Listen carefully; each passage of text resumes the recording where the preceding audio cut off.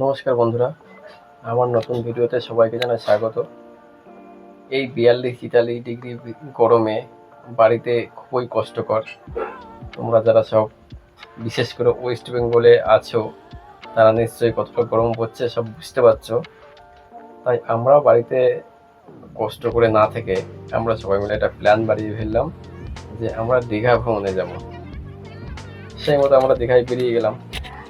বেরিয়ে যাওয়ার পরে আমরা গেছিলাম মূলত রানাঘাট থেকে বাসে করে আমরা বেরিয়ে পড়েছিলাম দীঘার উদ্দেশ্যে। তারপর কোলাঘাট হয়ে আমাদের দীঘা পৌঁছতে লেগেছিল ধরো আজ রাতে বেরোলাম এবং আমরা সারাদিন রাতে বাসে থেকে পরের দিন সকালবেলায় আমরা দীঘায় গিয়ে নেমে পড়লাম। তারপর এখান থেকে হোটেল নিয়ে আমরা হোটেলেই ব্যাটিংপত্র সব রাখতে হবে। ওখান থেকে ব্যাটিংপত্র রেখে তারপর আমি কিছুটা হোটেলের প্রাইস সম্পর্কে তোমাদের বলে দিই। দীঘা সাইডে যেই হোটেলগুলো আছে সেখানে তোমাদের ভাড়াটা একটু বেশি পড়বে। যত ভিতরে যাবে মানে দীঘা সমুদ্র সৈকত থেকে যত ভিতরের দিকে যাবে তত তোমাদের হোটেলের ভাড়াটা কমে যাবে। আমরা তো হোটেলের জিনিসপত্র রাখার পরে প্রথম দিন মানুষ যায় স্নান করতে, আমরা স্নান করতে যাইনি। আমরা ওখান থেকে বেরিয়ে পড়েছিলাম প্রথম দিনে ঘুরতে। তারপর তোমরা ভিডিওতে দেখতেই পাচ্ছ আমরা প্রথম দিন যে ঘুরতে গেছিলাম একটা গাড়ি ভাড়া করেছিলাম এখান থেকে। মাথা পিছু আমরা 12 জন ছিলাম, মাথা পিছু 100 টাকা করে পড়েছিল। টোটাল 1200 টাকা নিয়েছিল একটা স্করপিও ভাড়া। এবার সেখান থেকে আমরা বেরিয়ে গেছিলাম ঘুরতে। এই যে মন্দিরটা তোমরা দেখতে পাচ্ছ, মন্দিরটার নাম সঠিক আমি জানি না, কিন্তু খুবই সুন্দর মন্দির। ওখানে একটা ষাঁড় সবসময় থাকে।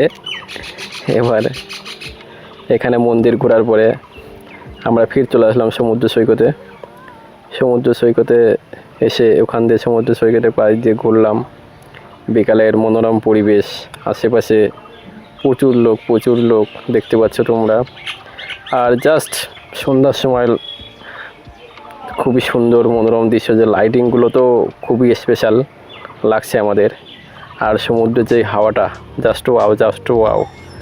আমাদের লোকাল থেকে মানে আমরা মূলত আমাদের বাড়ি নদিয়া সাউথ থেকে এখানে যে পরিবেশটা খুবই সুন্দর।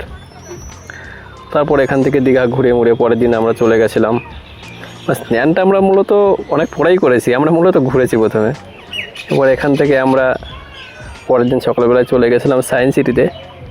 প্রচণ্ড গরম সায়েন্স সিটিতে বন্ধুরা। গরমের সময় তোমরা যদি ঘুরতে যাও দীঘায়, তোমরা স্নান করো দীঘাতে, ঠিক আছে? ঘুরতে তোমরা বেরিও না। আমরা এই জিনিসটা ভুল করেছি। আমরা সায়েন্স সিটিতে চলে গেছিলাম পরের দিন ঘুরতে দুপুরের টাইমে। প্রচণ্ড গরম, জাস্ট বিরক্তিকর পরিবেশ।